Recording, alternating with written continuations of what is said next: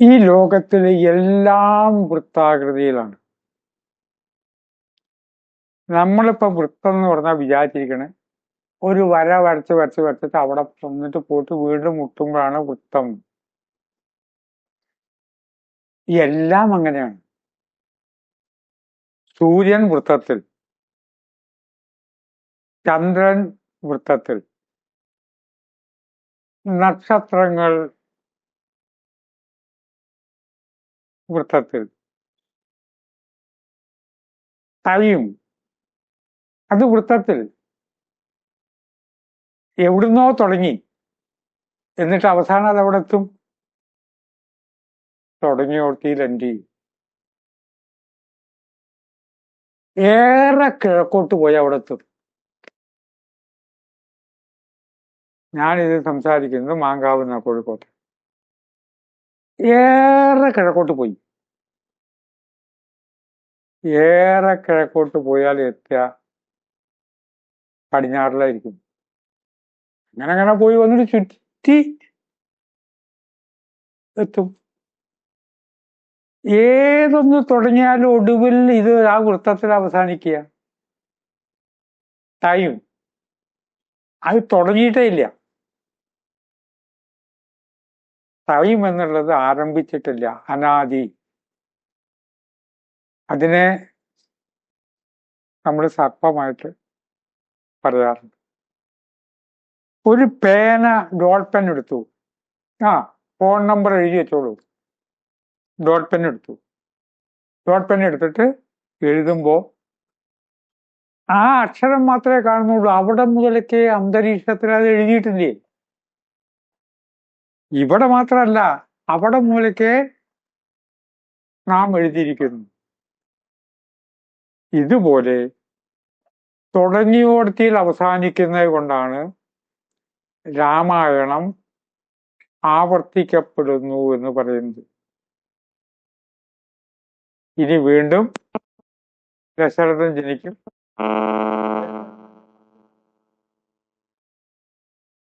ആ 10 തലമുറ കഴിഞ്ഞ് ദശരഥൻ ജനിക്കും.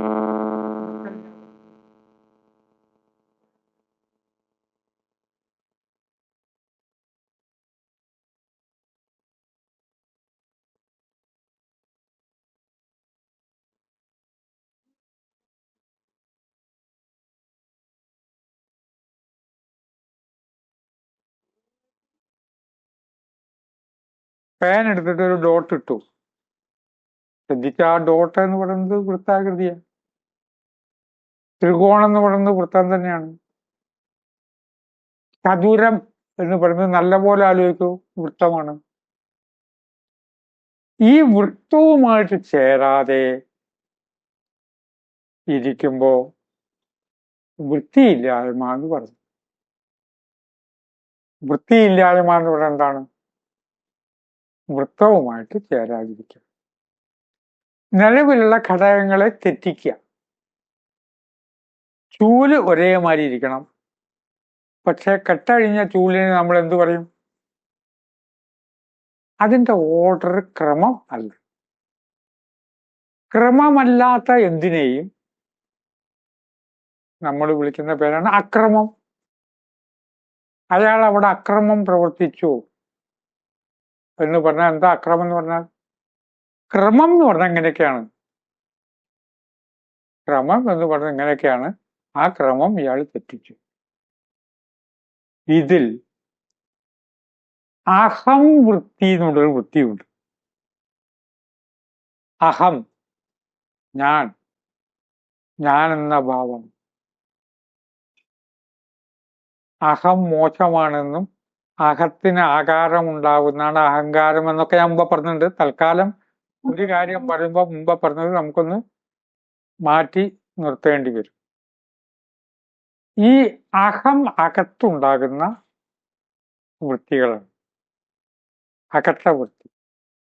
രാവിലെ എണീറ്റു, നമ്മുടെ ശരീരത്തിന് വൃത്തി ഉണ്ടാവണം, മനസ്സ് വൃത്തിയുള്ളതാകണം. സ്വന്തം ശരീരവും മനസ്സും വൃത്തിയാക്കി വെക്കുന്നതിന്റെ പേരാണ് അഹം വൃത്തി ഉണ്ടാകണം. അവിടെ ക്രമം തെറ്റരുത്, അവിടെ അക്രമം ആകരുത്. ആ ക്രമത്തിൽ വേണം കാര്യങ്ങൾ പോകാൻ.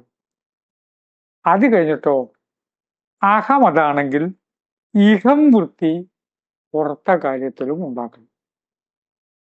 ഇഹം പുറത്ത് സാമൂഹ്യ മര്യാദകൾ നമ്മൾ അനുഷ്ഠിക്കണം. അദ്വൈതത്തിൽ വിശ്വസിക്കുന്ന ഒരു വ്യക്തിയെ സംബന്ധിച്ചോളം എന്തും ചെയ്യാം. ഒരർത്ഥത്തിൽ ഒന്നും തെറ്റല്ല.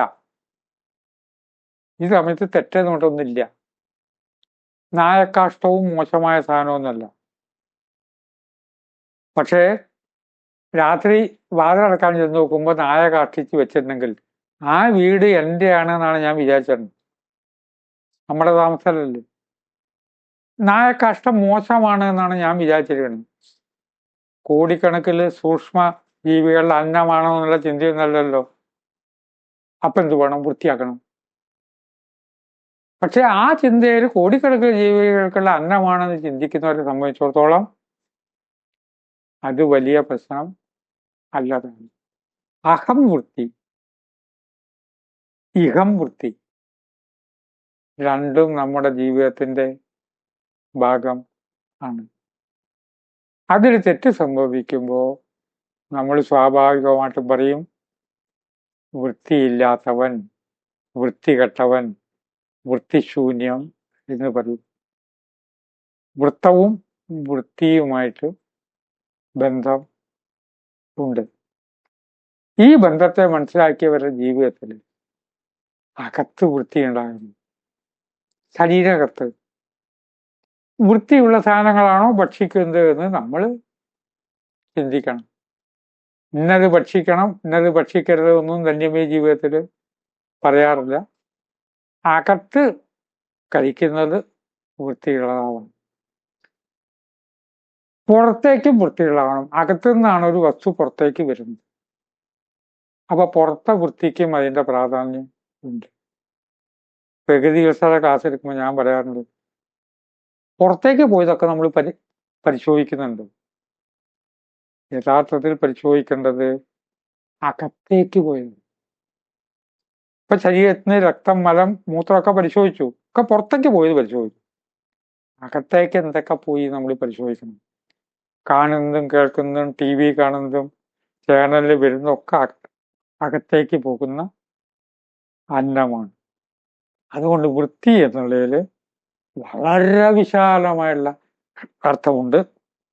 ആ അർത്ഥത്തെ പറ്റി മനസ്സിലാക്കാനുള്ള ഒരു ബോർഡ് മാത്രമാണ്.